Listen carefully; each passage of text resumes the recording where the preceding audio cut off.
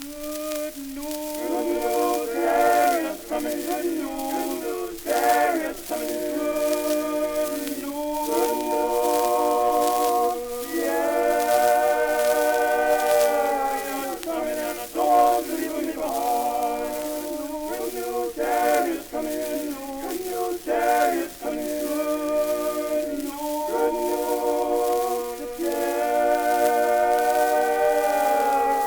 coming, and I don't want to leave me behind.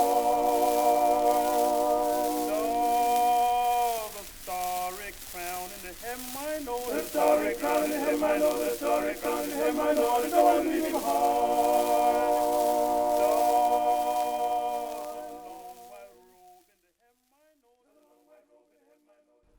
On August 18, 1920, Harry Byrne, the youngest member of the Tennessee legislature, broke the deadlock between pro- and anti-suffrage forces by casting his vote in favor of ratification of the 19th Amendment. It was an historic moment. Harry's vote carried the amendment over the finish line, making Tennessee the 36th and last state required to ratify. 8 days later, women's suffrage became the law of the land. Overnight, the U.S. Constitution guaranteed 27 million American women the right to vote. It was the culmination of a fight that took more than 70 years to win, one that became the model for nonviolent protests and set the stage for the civil rights movement decades later. It's fitting to our program today that the most dramatic moment in the fight for women's suffrage took place in Tennessee, a southern state, the last one to join the Confederacy, the southern state that supplied more soldiers to the Union Army than all other Confederate states combined. Tennessee was divided by questions of race in the 19th century, and those questions were on hand 60 years later in its debate over suffrage. When Harry Byrne cast his decisive vote, he defied those in the Tennessee legislature who feared that enfranchising African American women would shift the balance of power in the South. Over the next hour, we're going to hear the voices of 6 historic figures whose experiences reflect the legacy of slavery and race as it played out in the fight for women's suffrage and beyond.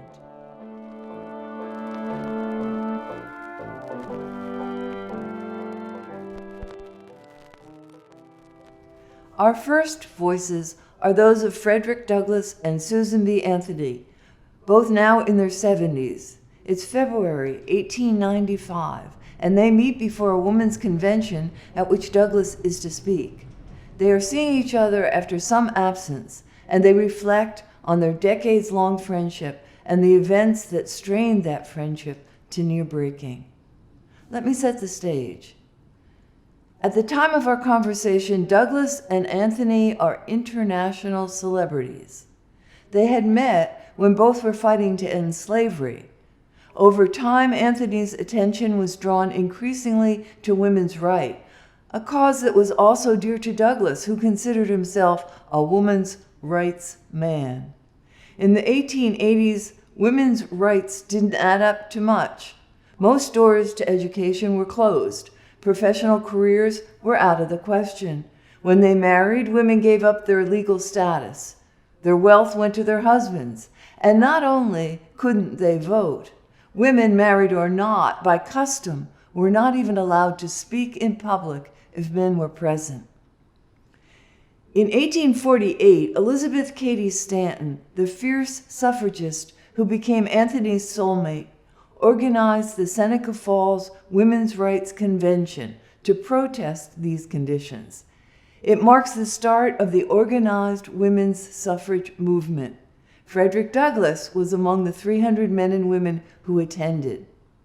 Stanton, Anthony, and Douglass were friends and allies, working tirelessly to end slavery and win the vote.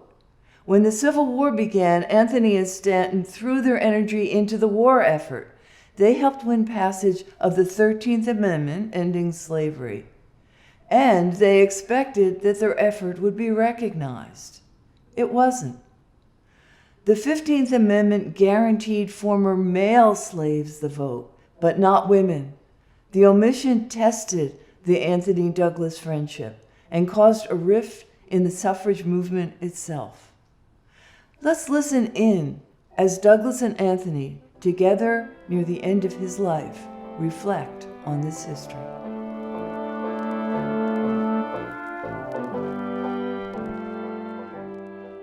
Good morning, Mr. Douglas.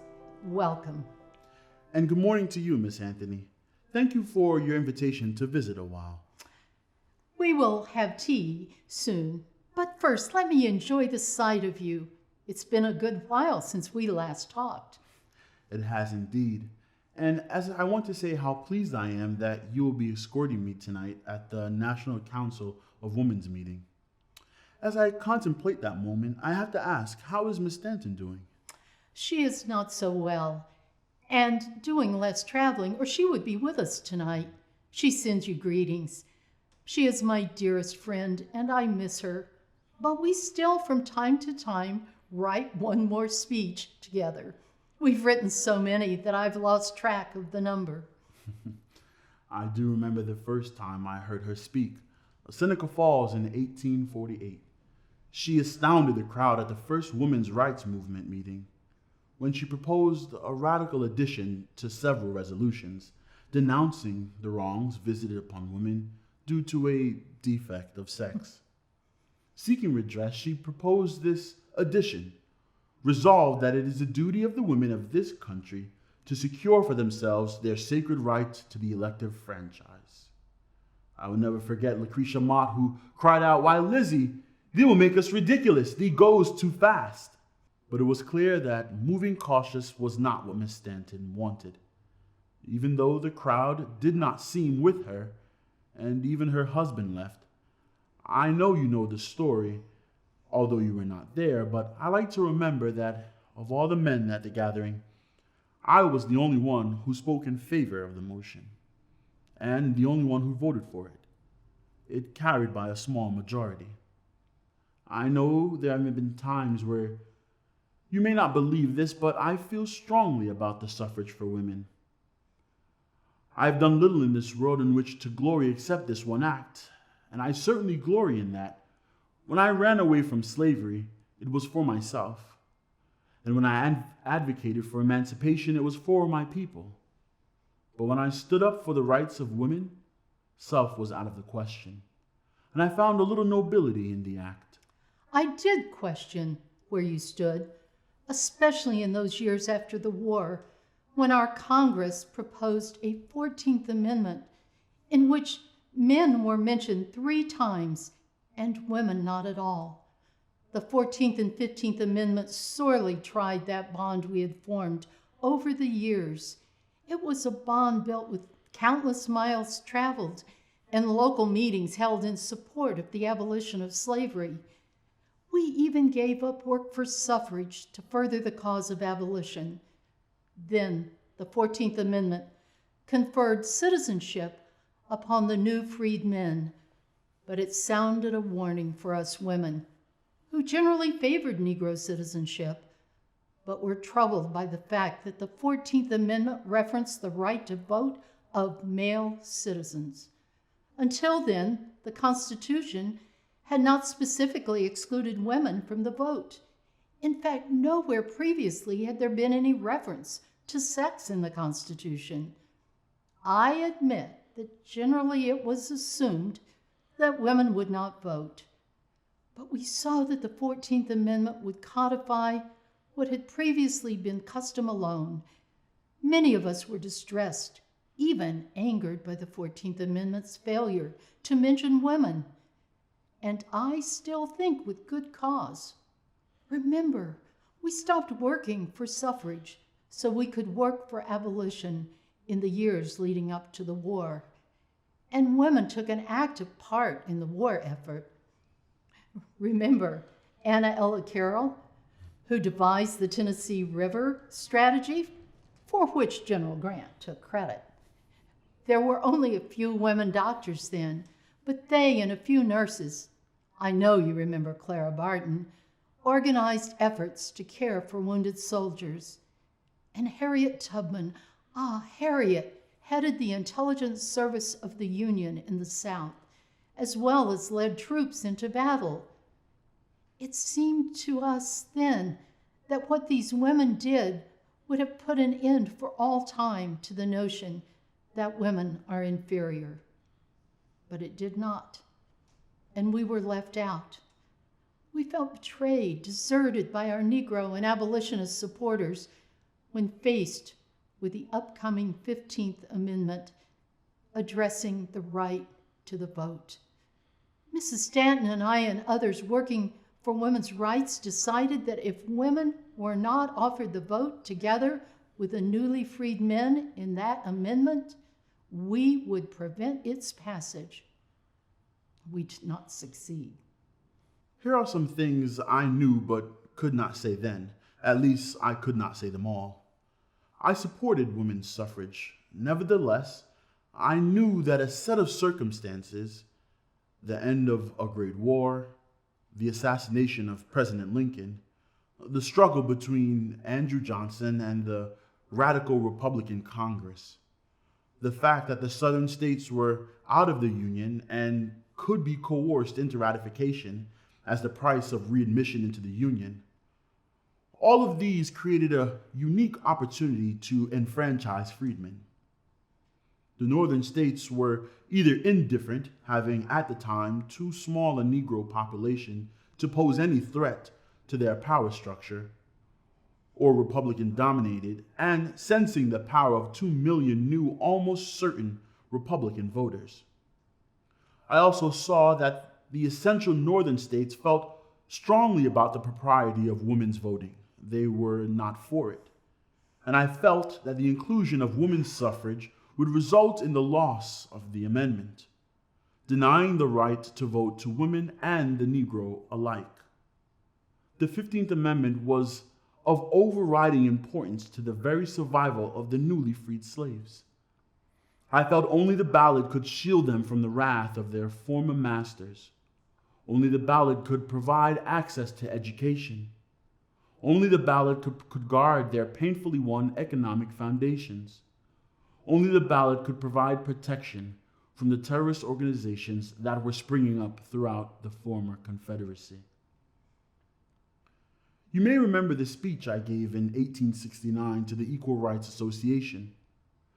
When women, because they are women, are dragged from their houses and hung from lampposts, when their children are torn from their arms and their brains dashed out upon the pavement, when they are objects of insults and outrage at every turn, when they are in danger of having their houses burned down over their heads, when their children are not allowed to enter into their schools, they will have an urgency to obtain the ballot. And a voice shouted from the back, "Is that not true of black women?" And I replied, yes, it is true of black women, but not because she's a woman, but because she is black. And around this time, I remember a debate that you and I had. Do you? I said, Mr. Douglas talks of the wrongs of the Negro, but with all of the outrages that he today suffers, he would not exchange his sex and take the place of Elizabeth Cady Stanton. And I said, I want to know if granting you the right of suffrage will change the nature of our sexes. And I responded, it will change the pecuniary position of women. It will place her where she can earn her own bread. She will not then be driven to such employment as only a man chooses for her. As I said those words then, and they still hold true, I thought of all the ways that women are denied the right to earn a living or to own property. Remember, once married, a husband can will away any property a wife brings to the marriage, even if it leaves her destitute. It reminds me of another speech that I helped Mrs. Stanton write, where we noted that in the statute books, free men hold power over women like the feudal barons held over their vassals. We knew then and today that only the vote could free us from such servitude. You and I, we have seen injustice and have worked to change it, and still women are without the vote. And I know that in the South, the Negro has effectively lost the vote and struggles under a heavy yoke. Still, I believe that women will achieve the vote. There are new leaders rising, and a few Western states have enfranchised women. As to the South, perhaps women voting will help to tame the worst impulses of men.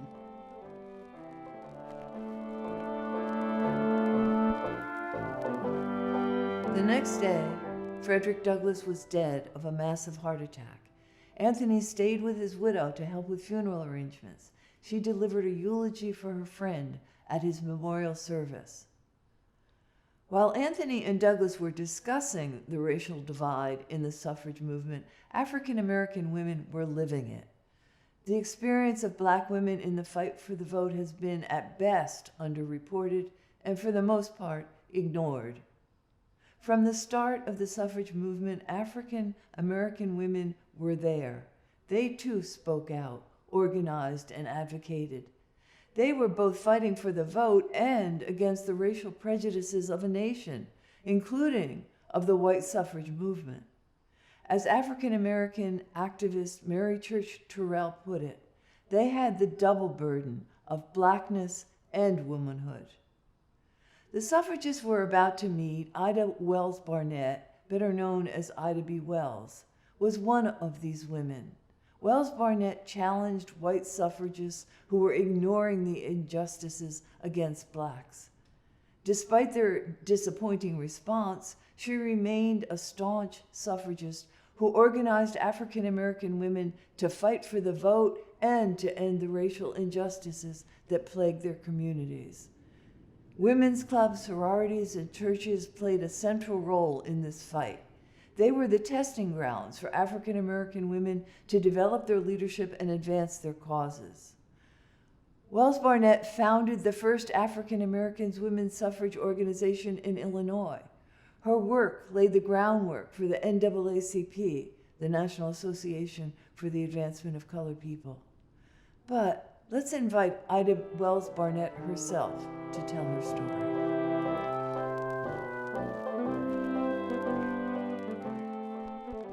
Most of you know my work as a journalist, pursuing the eradication of our national crime, lynching. I have written for many Negro newspapers across the country. Mississippi is where I was born and began my work as a teacher at age 16 after my 3 siblings and I were orphaned. The salary was too low to support a family. Fortunately, I learned I could do better in Memphis, so we relocated there. Living in Memphis enabled me to take summer college courses to earn my teaching certificate. Riding to class in the ladies' car one morning, I was confronted by a conductor who insisted I move to the colored car. When I refused, he attempted to physically remove me. At the next stop, he, another conductor, and the station master dragged me from my seat into the colored car. I was injured in the fracas and determined then and there to retain a lawyer.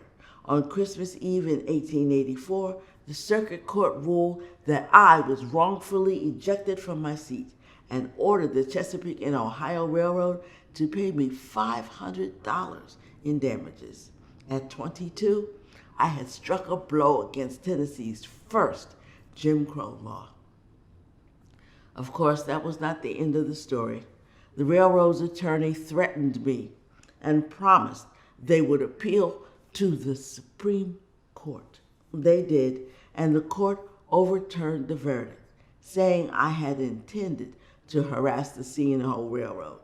They ordered me to pay more than $200 in court costs. I was so disappointed. I had hoped great things from my suit, for my people. I had believed all along that the law was on our side and would give us justice when we appealed to it. Justice, I saw, was not intended to be ours, even when we fought for it and won. This case sparked a rage against injustice that remains with me. And while the verdict broke my heart, it toughened my spirit. I continued teaching, but I knew I was ready for another career. So, in 1884, I accepted an invitation to write a column for the Memphis Evening Star. A few years later, I wrote my first story for the Free Speech, covering the murder and lynching of 3 Memphis shopkeepers. My career as a crusading journalist had begun. I created a campaign against lynching, which many white Americans considered appropriate punishment for a Negro who had allegedly committed a crime, great or small. I was writing accounts of lynchings and making it clear that the victims were being denied a fair and speedy trial, a right to which every citizen is entitled. In addition to my writing, I had speaking engagements in many states and made my first trips abroad to lecture, garnering support to end a practice many here at home accepted as normal. I hoped British audiences would see what Americans would not: the tragic, shameful torture, maiming, and murder of its Negro citizens. Many of you are aware of the burning of my newspaper offices in Memphis and the murder of my associates. Since then, I have not returned to the South. I learned that armed vigilantes were awaiting my return. My fellow auditor and friend, T.Thomas Fortune, offered me a full-time position at his paper, the New York Age. I declined, but continued my writing and speaking engagements around the country. While I was immersed in the horror of covering lynchings, writing pamphlets, and speaking, I became more and more aware of the significance of voting and electing those who could change Jim Crow laws and speak out against lynching. Only the power of the vote could do that. The 15th Amendment brought the ballot to Negro men, not to any women. Despite the amendment, Negro men faced so many obstacles to voting that they might as well not even have the right. So my work as a suffragist is grounded in the need for the vote to be extended to all men and all women, without reservation. Remember, ladies, our cause is the same.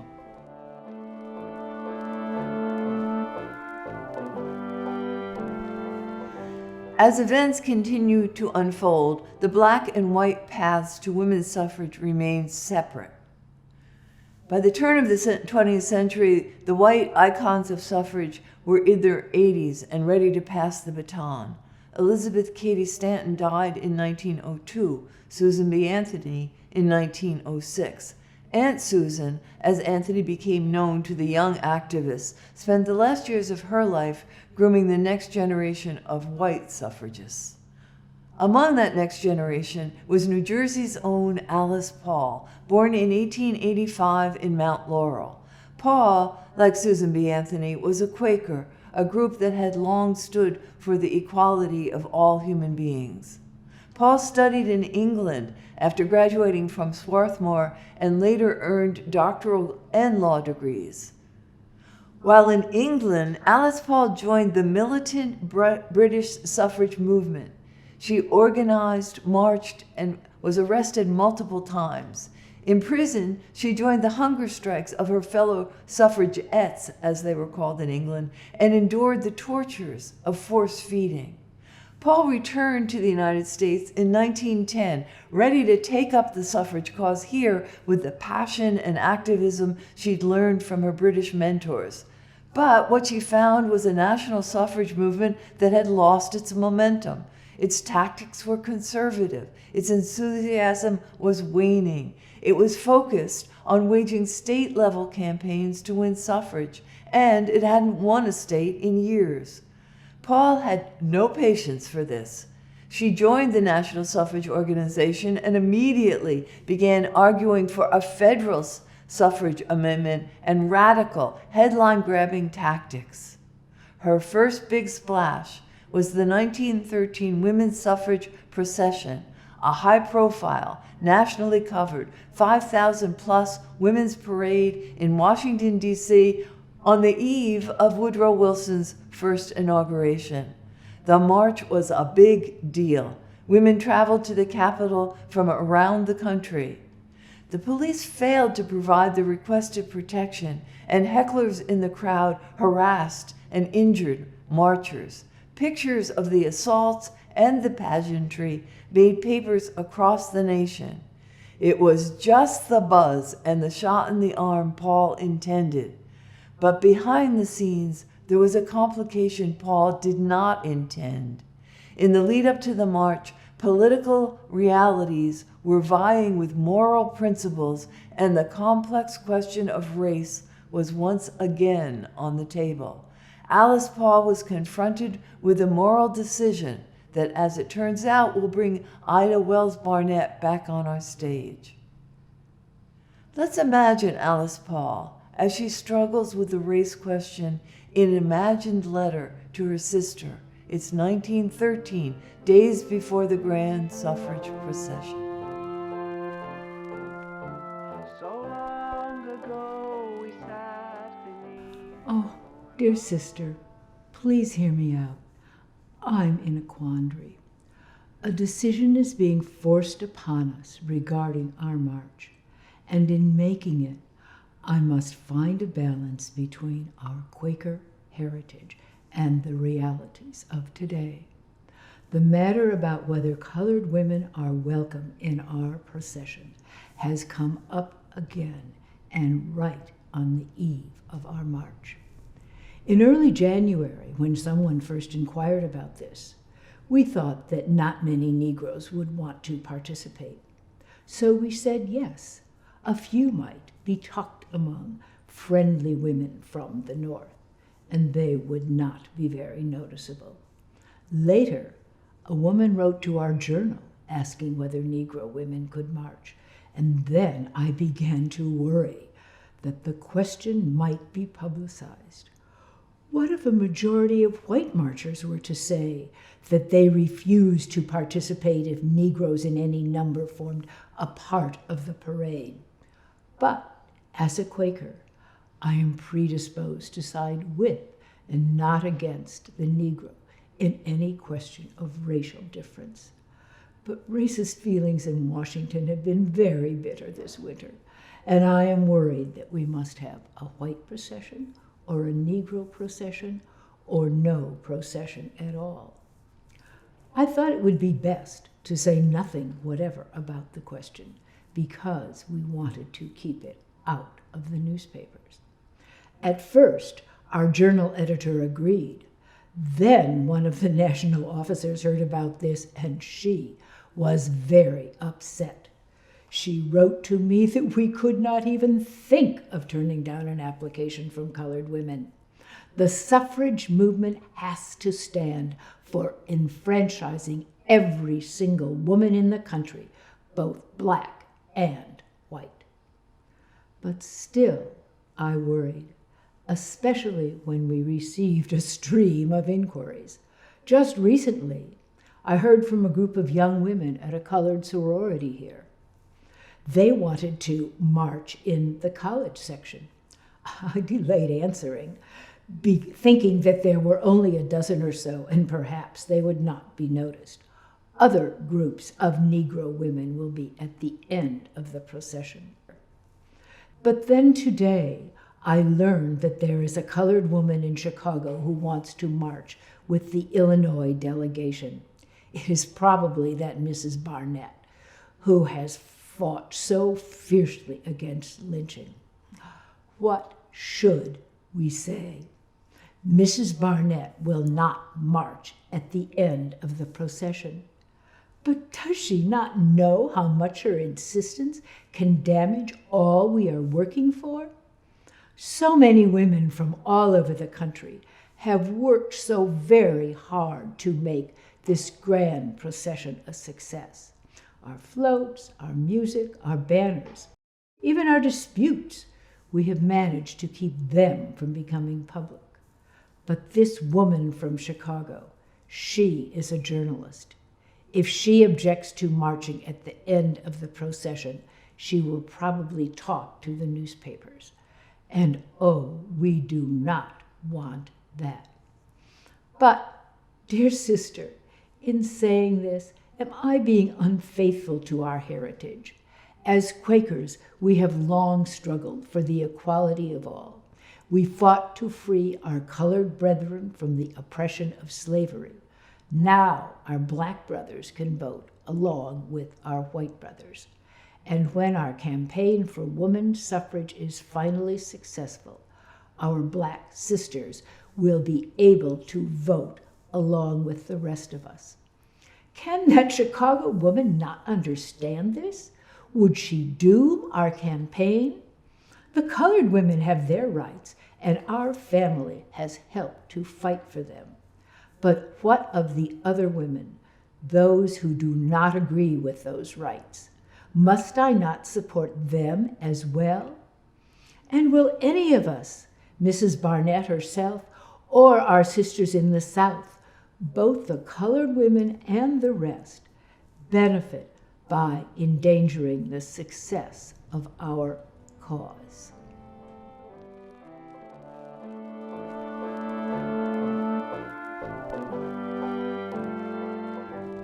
Alice Paul made her decision.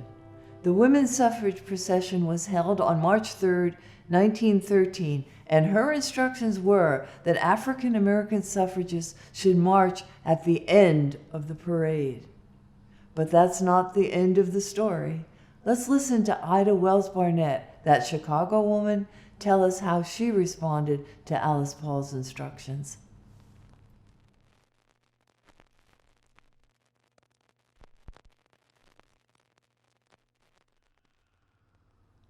The end, you say, behind the white women. The Negro women would march alone at the end of the parade. That is your thinking, your solution, that we should be pushed back, hidden, an afterthought? What would even make you think that would be acceptable to us? Yes, it would make it seem like we are not part of your effort. Oh, is that it? You think we hurt your cause? Foolish. Is it not the same cause, the same goal? No matter which color we are, men refuse to let us have the vote. We are all women. When the 15th Amendment was passed, it was as lost to us as it was to you. And you think it important to secure your suffrage above ours? We reject that.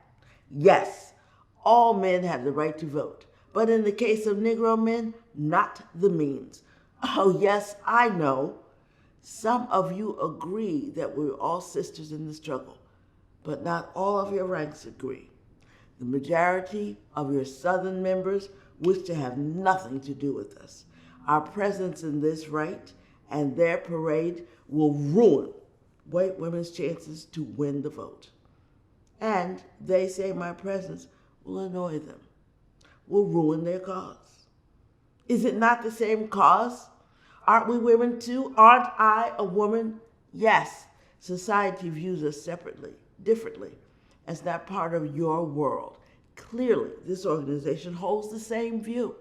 I see that you hold the separation higher than the desire to vote, higher than the need to stand tall together as we face down tyranny. No, I will march with the Illinois delegation, and the Southerners be damned if they don't like it. You should know the Alpha Suffrage Club of Chicago was formed by Negro women and 2 white women, and the white women were relegated neither to the front nor the back. We marched together, side by side. You all know of my work, my anti-lynching work, and my crusading journalism to expose its horrors, as well as to pass legislation to make lynching a crime anywhere in the United States. Yes, the work of gaining the vote is a lever to be used against lynching. People who are free and able to vote can lift the nation beyond what keeps it mired in hatred for its black citizens. You stood with us as we pushed to abolish slavery so that everyone could be free. And I believe, as I think you do, that a free citizenry that can exercise its power to vote and change things. We must all believe that is so. Else, why are we here at all? The Alpha Suffrage Club and the Women's Second Ward Republican Club are anti-lynching and pro-suffrage organizations. Any white women who see fit to join with us do so as equals, not superiors. Susan B. Anthony once tried to convince me that when women get the vote, everything will change. And with Negro and white women working together, I think it might be possible. But if we are to be relegated to the rear anytime someone fears their cause will be lost, I am afraid I cannot be convinced. No, I will not dress up prejudice and call it politics, nor will I allow anyone else to do so. I will march with the Illinois delegation, or not at all. And believe me, I intend to march.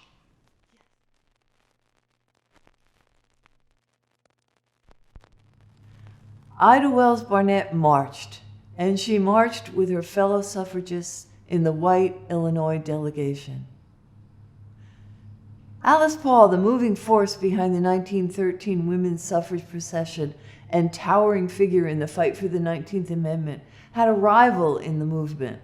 The conservative state-by-state strategy that so frustrated Paul on her return from England was spearheaded by CARRIE Chapman Catt, Susan B. Anthony's hand-picked successor to run the traditional national suffrage organization. As leaders of the 20th century wave of the movement, Paul and Catt ran two separate, parallel campaigns with different focus and different tactics. Paul was militant and aggressive, focused on a high-profile, Washington-targeted strategy for a federal suffrage amendment. She took the fight directly to President Wilson. She and her supporters picketed, served jail time, refused to eat, and endured forced feeding. CARRIE Chapman Catt skillfully masterminded a less strident but equally determined campaign to gain the vote, one state at a time. A federal amendment required 2/3 of both houses of Congress to pass the proposed language and 3/4 of the states to ratify, state legislature by state legislature. Clearly, the power for change rested with the states, and each has 2 senators, regardless of its size, and each has an equal voice in ratification, regardless of its size. In the U.S., in 1920, as still today, there were and remain stark regional differences among the states. Those differences intruded their way directly and painfully into the fight for the vote. The southern states feared the enfranchisement of African American women, and ratification required the support of at least some of those southern states. Both Alice Paul and CARRIE Catt were challenged to win these southern legislators to the cause. And as Frederick Douglass had calculated that adding women to the 15th Amendment would jeopardize its ratification, now the white suffragists made a similar moral compromise in wooing the racist factions in the South. Let's return to where we started, Nashville, 1920.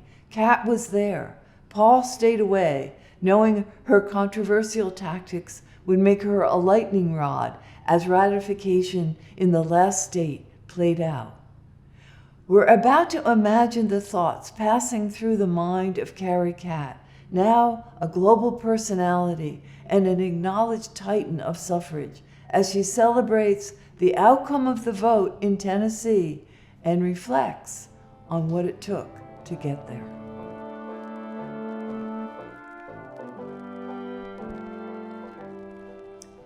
It came down to this. The state of Tennessee was our last hope. Congress had passed the Women's Suffrage Amendment, and 35 states had ratified it. One more state would take us to the 3/4 required by the Constitution. But 8 states had already defeated the amendment. That left only 5. We had no chance in North Carolina and Florida, and we knew it. In Connecticut and Vermont, the governors refused to call a special legislative session to consider the amendment. That left only Tennessee. Tonight, the political fate of the women of the nation rested in the hands of a minority of a single state legislative chamber. The moment was intensely dramatic. Every onlooker knew that the fate of the question might depend upon a single vote. When young Harry Byrne cast his vote for women's suffrage, the House broke into an uproar, and the cheers of triumph that rang through the old legislative chamber were heard far down the street. The Woman Suffrage Amendment, introduced in Congress in 1878, when I was but 19, will now become the law of the land. So, how did we finally reach this point? My plan, I called it the winning plan, was to organize in the states.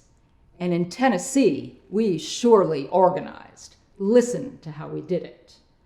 The women of Tennessee laid aside their political differences and worked together in a manner worthy of imitation by the men of the state. The southern summer heat was merciless, and many legislators lived in remote villages or on farms miles from any town.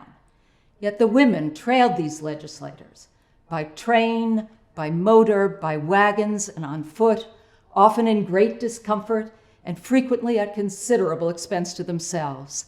They went without meals, were drenched in unexpected rains, met with tire troubles, yet no woman faltered, and there was not a legislator who had not been visited by his women constituents before the legislature met.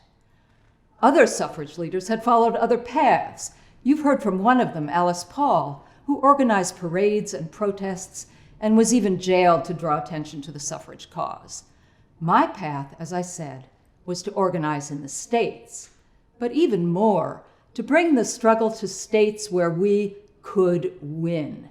And in addition, in these states, we needed to choose arguments that could win. So yes, when I campaigned in the South, I did say that white supremacy would be strengthened, not weakened by women's suffrage. And I told them why. Here are the numbers. In the 15 states south of the Mason-Dixon line, the total Negro population is 8,294,272, but the total population of white women is 8,708,924. White women outnumber both Negro males and females by nearly 500,000. If the South really wants white supremacy, it will urge the enfranchisement of women. Yes, I did say those words, and I compiled those statistics for our Southern brethren. But listen to this and hear me now. The South professes to fear the increased Negro vote, the North, the increased foreign vote, the rich, the increased labor vote, the conservative, the increased illiterate vote. Certain elements fear the increased Catholic vote, and still others the increased Jewish vote. Ballot reformers fear the increased corrupt vote, and corruptionists fear the increased reform vote. Ridiculous as this list of objections may appear, each has been supported earnestly by a considerable group, and collectively they have furnished the basis of opposition to women's suffrage in and out of Congress. But the answer to one is the answer to all. Government by the people is expedient, or it is not. If it is expedient, then obviously all the people must be included. The struggle for women's suffrage is no white woman's struggle, but every woman's struggle. Everybody counts in applying democracy. And there will never be a true democracy until every law-abiding adult in it, without regard to race, sex, color, or creed, has his or her inalienable voice in government.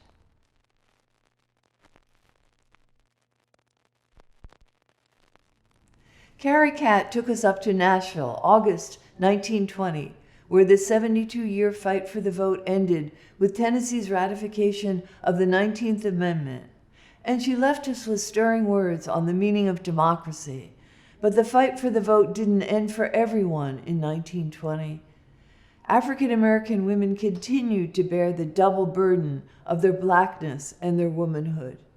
Jim Crow laws, with their poll taxes, literacy tests, and tolerance of intimidation and violence against African Americans, continued to deprive black women and black men of their vote. Fannie Lou Hamer, our next player, knew this intimidation and violence firsthand. She was the youngest of 20 children born in Mississippi in 1917. She lived the outrages of racial violence, including undergoing sterilization without her consent during surgery to remove a uterine tumor. In 1962, outraged by efforts to deny blacks the vote, she turned her attention and formidable talents to voters' rights. She became a political organizer and powerful voice in the civil and voting rights movements. By 1964, Hamer had a national reputation. She had co-founded the Mississippi Freedom Democratic Party and challenged the pro-segregation state Democratic Organization. She led her group to the 1964 Democratic National Presidential Convention in Atlantic City and asked to be recognized as official delegates. We're about to hear Hamer's speech to the Credentials Committee at that convention. Television coverage of her appearance was preempted by a press conference called by President Lyndon Johnson to deprive her of a live national audience, but Hamer got the last word. Her speech, televised later, was seen by millions and helped build support for her cause. The 1964 Credentials Committee denied Hamer and her party delegate status. 4 years later, in 1968, Fannie Lou Hamer served as a member of Mississippi's first integrated delegation to a Democratic National Convention. Let's hear Hamer's 1964 speech and the words that laid the groundwork for the 1965 Voting Rights Act a year later.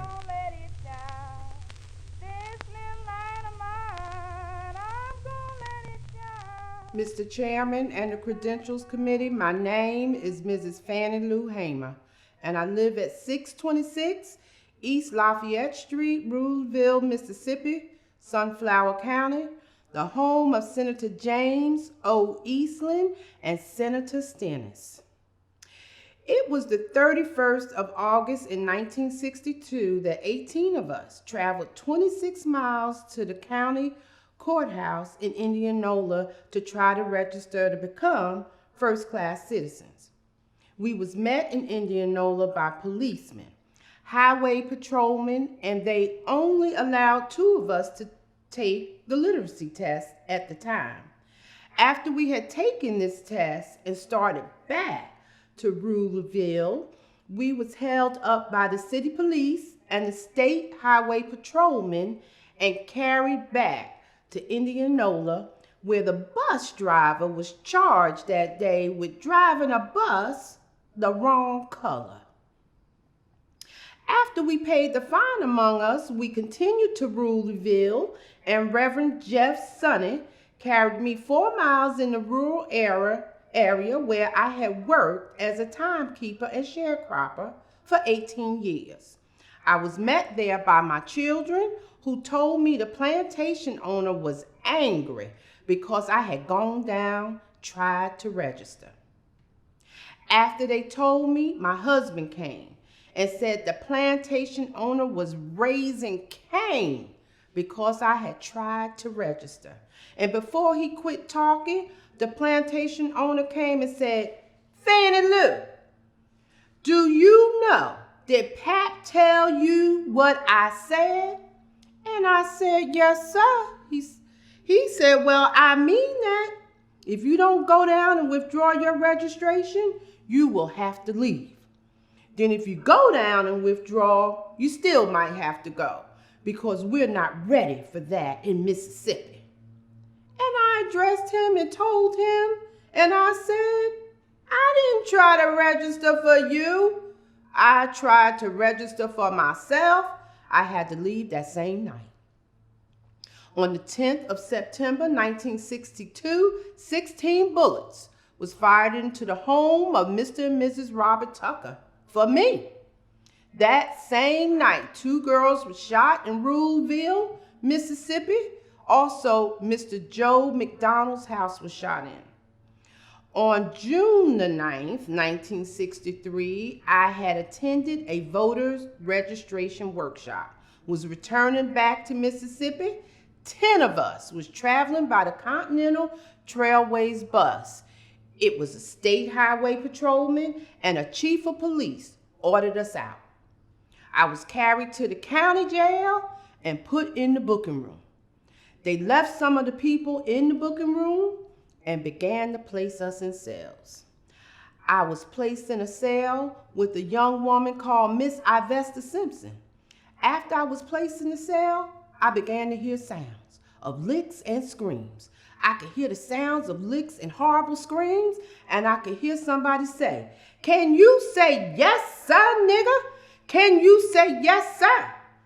And they would say other horrible names. She would say, "Yes, I can say yes, sir. So well, say it." She said, "I don't know you well enough." They beat her I don't know how long. And after a while, she began to pray and ask God to have mercy on those people. And it wasn't too long before 3 white men came to my cell. One of these men was a state highway patrolman, and he asked me where I was from. And I told him Ruleville, and he said, "We are going to check this." And they left my cell, and it wasn't too long before they came back. He said, "You are from Ruleville, all right." And he used a curse word, and he said, "We're going to make you wish you was dead." I was carried out of that cell into another cell where they had 2 Negro prisoners. The state highway patrolman ordered the first Negro to take the blackjack. The first Negro prisoner ordered me, by orders from the state highway patrolman, for me to lay down on the bunk bed on my face. I laid on my face. The first Negro began to beat me. And I was beat by the first Negro until he was exhausted. I was holding my hands behind me at the time on my left side because I had suffered from polio when I was 6 years old. After the first Negro had beat me until he was exhausted, the state highway patrolman ordered the second Negro to take the blackjack. The second Negro began to beat me, and I began to work my feet. And the state highway patrolman ordered the first Negro who had beat me to sit on my feet. To keep me from working my feet, I began to scream. And one white man got up and began to beat me in my head and tell me to hush. One white man, my dress had worked up high. He walked over and pulled my dress. I pulled my dress back down. He pulled my dress back up. I was in jail when Medgar Evers was murdered. All of this on account of we want to register to vote to become first-class citizens?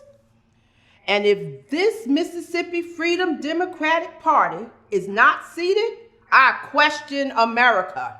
Is this America, the land of the free and the home of the brave, where we have to sleep with our telephones off the hooks because our lives be threatened daily, because we want to live as decent human beings in America? Thank you.